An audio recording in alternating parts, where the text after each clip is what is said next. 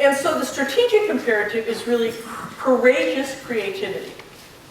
Courageous creativity that looks beyond the obvious, that looks beyond the incremental, and brings forward very courageous alternatives that are radically different than what we have today, particularly on the social side. That's how business, if you think about a parallel, what you want to do is you want to go for the iPad and you don't want to go for, something. You want to do what Steve Jobs did in the social sector. You want to go for a disruptive innovation on the social side. So there are 4 laws of the future, and if you use these, and I think this is something in the facilitation, education community that can be very helpful. I'll just run through them.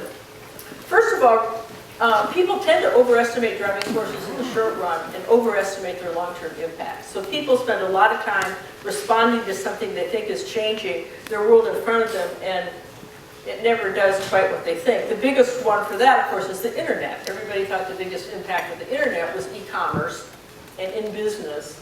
And the biggest, I led the Emerging Technologies program in the 90s at the Institute for the Future, so was very involved with forecasting technology.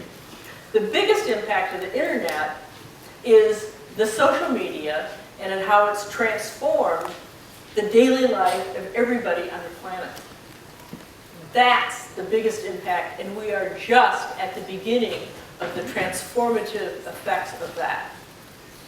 So when a big change is coming, what you want to do is to think beyond it's just like you do when you're trying to facilitate divergent thinking. You kind of throw out your first responses and keep going until you get something that really is divergent and really makes more sense. It's the same principle here. Think beyond the obvious and keep going, and don't just respond to the immediate anxiety of something big.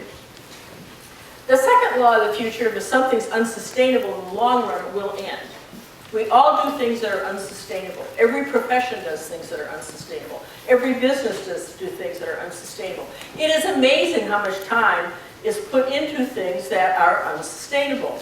And yet we're an addictive species, so it's just easier to keep doing that than actually making the shift. So all these things are unsustainable, and they will end. Most of these things will completely be reinvented by 2025. We don't have time to give you sort of what the healthcare system will look like. The education system's a little more troublesome, but it's pretty clear what that's going to end up being. We know that what government will look like. We have a pretty good idea what the household's going to be like. I'll share that with you. But these are all unsustainable. They are all mismatched to the issues and needs of the time. So what you want to do in this is to focus on disruptive shifts. So let's just take a look at work. What happens with weak signals that are the beginnings of trends, when a weak signal begins to impact 15 to 20% of what it's impacting and what it's hitting on or what it's describing, then it kind of moves to a trend. And what happens when a trend gets bigger and it impacts to 60%, 70%, you begin to get shifts. So these are just some of the shifts in work. And then what you see is you'll see a number of dimensions shift in an area, whether it's a new product, a new service. In this case, this is work. So these are some of the shifts. We've moved from employee to entrepreneur. The number of people in 10 or 15 years that are actually employees will be less than those who aren't.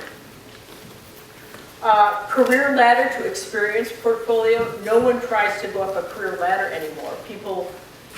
Young people are building portfolios of experience so they can compete in the open market space in a very different way of working than we did. Permanent to Velcro relationships. Most work relationships in the future will be Velcro, where like Velcro you attach tightly and you break apart with no damage after that particular task or piece of work that you're going to do is over. So I'm not going to go through all of these, but when you get the kinds of shifts and the kind of trends we've had in work, this now is the structural shift in work. So we went through the structural shift in the economy about 15 years ago. It's still slowly playing out, but the major effects are over. You can tell who the winners and losers are in the future. We're just now beginning the structural shift at work. And over the 15 years, if you think about what the economy was at the beginning of the 1990s and what the economy is today, that would be about 20 years ago. Just think about work and think about massive change in work, just like we've had massive change in the economy and business. Third law of the future, something big is going to happen in the future. It has to start